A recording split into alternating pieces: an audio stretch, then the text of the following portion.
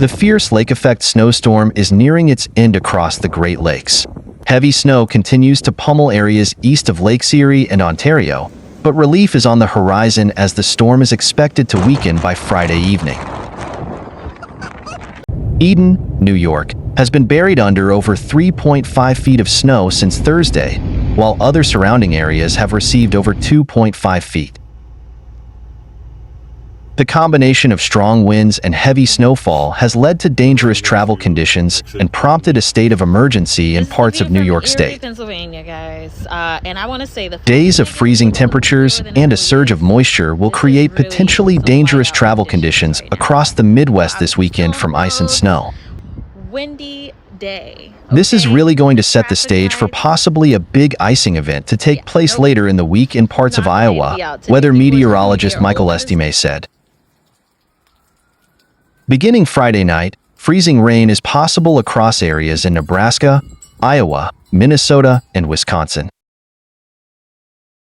Slick roads caused by a winter storm pummeling the Great Lakes area led to a box truck smashing into multiple emergency vehicles along Michigan's Interstate 94 Thursday morning. The crash happened at about 8:30 a.m. in Comstock Township, according to the Kalamazoo County Sheriff's Office. First responders with the Sheriff's Office and the Comstock Department of Fire and Rescue were attending to another rollover crash along the eastbound lanes when a 24-foot box truck lost control. Meanwhile, several school districts in the Rochester region have closed for the day Thursday as much of upstate New York is under weather advisories and warnings. Among the districts to close due to wintry weather on Thursday is Rush Henrietta Central School District.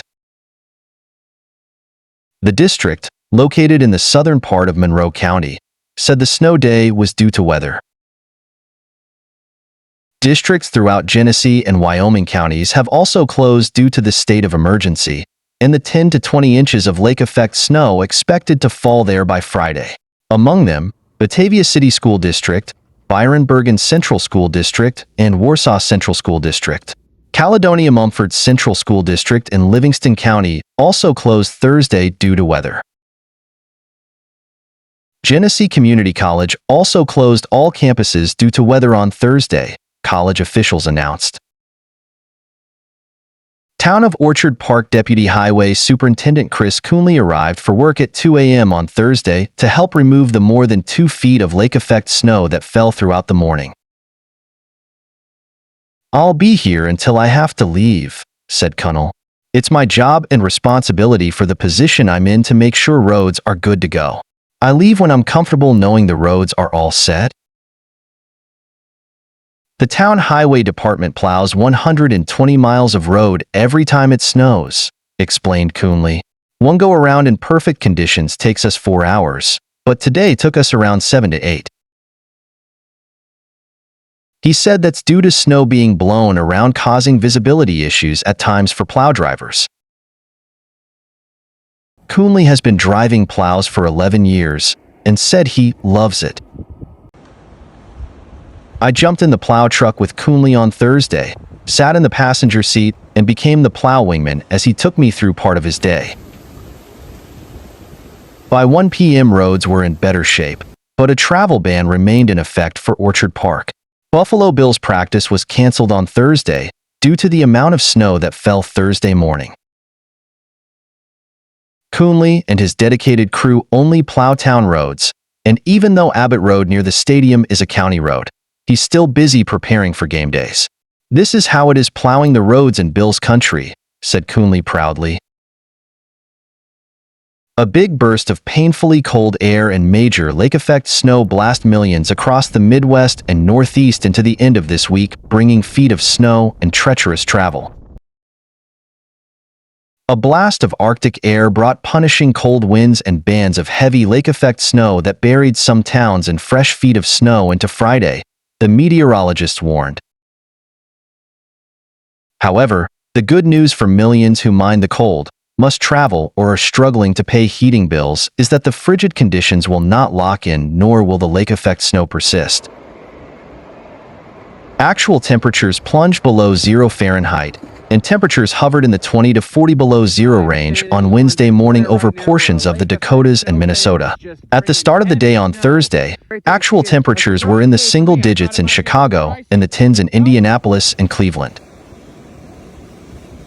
The magnitude of the frigid air will lose some of its intensity while traveling over the bare ground in the Midwest and over the open and relatively warm waters of the Great Lakes.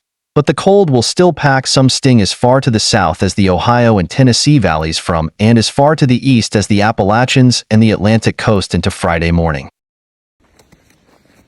As the cold air blasts across the Great Lakes, towering clouds will organize into long streets, and snow showers intensified and organized into bands of heavy snow. Okay, come on. This lake effect followed the quick burst of snow from that coated some of the landscape from Ohio Valley to the Appalachians Wednesday night. This lake effect snow brought a quick few inches as the bands moved through. The Lake Ontario band may persist, bringing many inches to several feet of snow into Friday morning. Pockets where 12 to 24 inches of snow piled up include portions of northern Michigan, southwestern Ontario, western New York, and upstate New York downwind of Lake Ontario. The maximum amount of snow that has been observed as of Friday morning is 42.5 inches in Eden, New York, south of Buffalo. Erie, Pennsylvania, is off to its snowiest start to winter on record.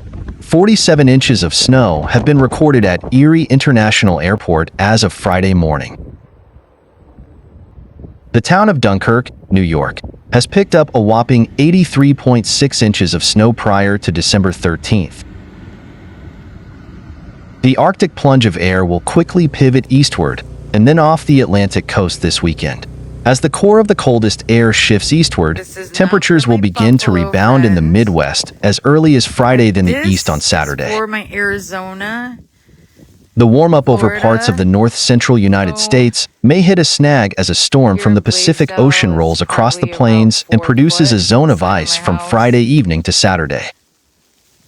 And Gusty winds may follow that storm as it moves along, but the air behind it is of Pacific origin, rather than being traced back to the Arctic. The jet stream, which guides storms and batches of air along, will set up in a west to east fashion that should prevent Arctic air from lunging southward. this much snow up to the bay window. Following the there. conclusion of the Arctic blast to end this week, relatively mild conditions are in store up to around Christmas time for much of the central and eastern states.